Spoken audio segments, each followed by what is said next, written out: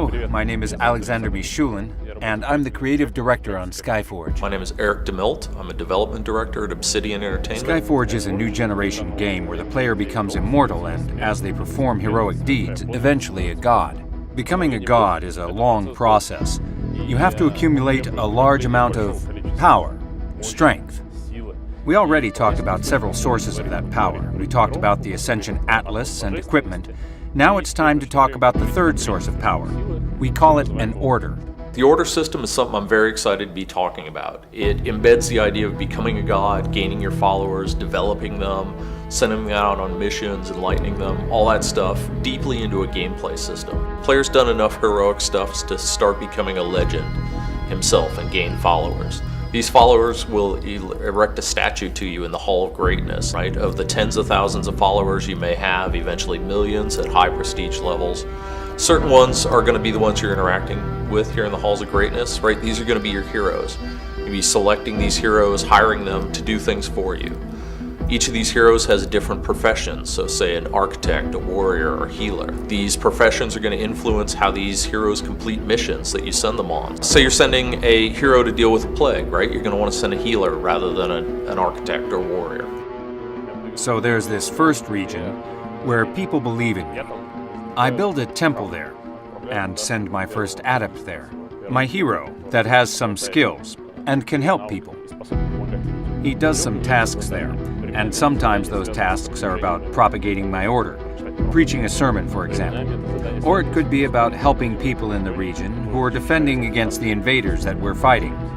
As you're completing these missions, right, your followers are going to reward you with reputation and gifts. And as more power flows through that temple, the stronger I get. People in other regions learn about me, and now I'm sending more adepts on various missions. In addition to the usual bonuses, I receive mechanical bonuses. For example, my attacks become more powerful because more people believe in me, or I gain unique abilities from every region or chapel. In addition to all the gameplay and system benefits of the order system, we wanted to make sure that it was something that was visible and tangible to players in the game world. So in the same way that getting your god form is more than just a buff or a title, right, it's something visible. You've got this awesome looking god form, you're floating above other players. Want to do the same thing for people with the order system. So as your followers are erecting statues to you in the Halls of Greatness, we've added an element of competition and progression. There are 5 tiers to those halls, so only the most legendary players, the players that are doing the best with this system, are going to make it into those higher tiers. Imagine a giant statue in the center of the city. Starting from the lowest levels, my statue moves higher and higher.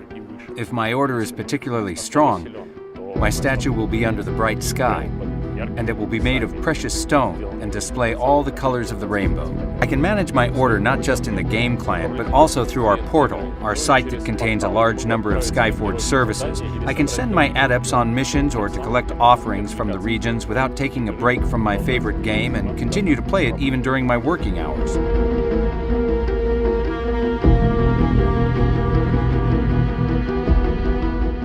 We could talk about the Order for a while. It's a huge system that we'll talk more about in the future, but for now, let's stop here. Stay tuned for news and updates as we talk more about these gameplay systems. Follow us on your favorite social channels, and we're looking forward to seeing everybody in the beta.